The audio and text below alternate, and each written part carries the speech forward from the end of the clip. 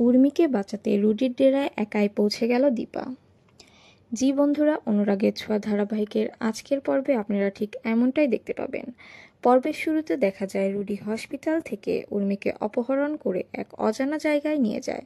তার মূল উদ্দেশ্য হলো একটাই, উর্মিকে টোপ হিসেবে ব্যবহার করে দীপাকে ডেকে আনা, এরপর তার রাস্তা থেকে দীপাকে চিরতরে সরিয়ে দেওয়া। অন্যদিকে দেখা যায় রুডি তার পরিকল্পনা মাফিক দীপাকে ফোন করে জানায়, যদি আপনার বোনকে জীবিত অবস্থায় দেখতে চান তাহলে আমি যে ঠিকানা পাঠাচ্ছি আপনি সেই ঠিকানায় চলে আসেন। অবশ্যই আপনাকে একা আসতে হবে। দীপা রেগে যায়, বলে, শয়তান, আমার বোনের যদি কিছু হয় আমি তোকে ছেড়ে দেব না। এরপর দেখা যায় রুডির সব শর্ত মেনে নিয়ে দীপা বলে, আচ্ছা ঠিক আছে, আমি একাই আসছি। দীপা হসপিটালের সবাইকে উপেক্ষা করে একাই সেই ঠিকানার উদ্দেশ্যে বের হয়ে যায়। সবাই তাকে আটকানোর চেষ্টা করলেও দীপা কারো কোনো কথা শুনে না। রুডির দেওয়া ঠিকানায় পৌঁছে দীপা প্রথমে কাউকে দেখতে পায় না।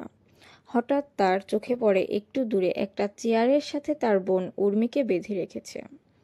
দীপা ছুটে গিয়ে উর্মির সামনে বসে পড়ে। সে কাঁদতে কাঁদতে উর্মির মাথায় হাত বুলিয়ে দেয়। ঠিক সেই মুহূর্তে আড়াল থেকে বেরিয়ে আসে কুন্দলা এবং রুডি। আসলে তারা এতক্ষণ লুকিয়ে এটাই দেখছিল যে দীপা একা এসেছে নাকি অন্য কারোকে নিয়ে এসেছে। দীপাকে একা দেখে রুডি অট্ট হাসিতে ফেটে পড়ে এবং বলে, এখন আপনাকে কে বাঁচাবে শাশুড়ি মা?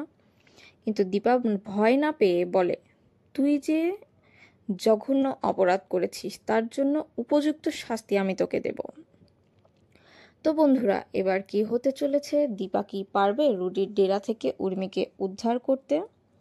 কি মনে হয় আপনাদের? কমেন্ট করে জানাতে ভুলবেন না।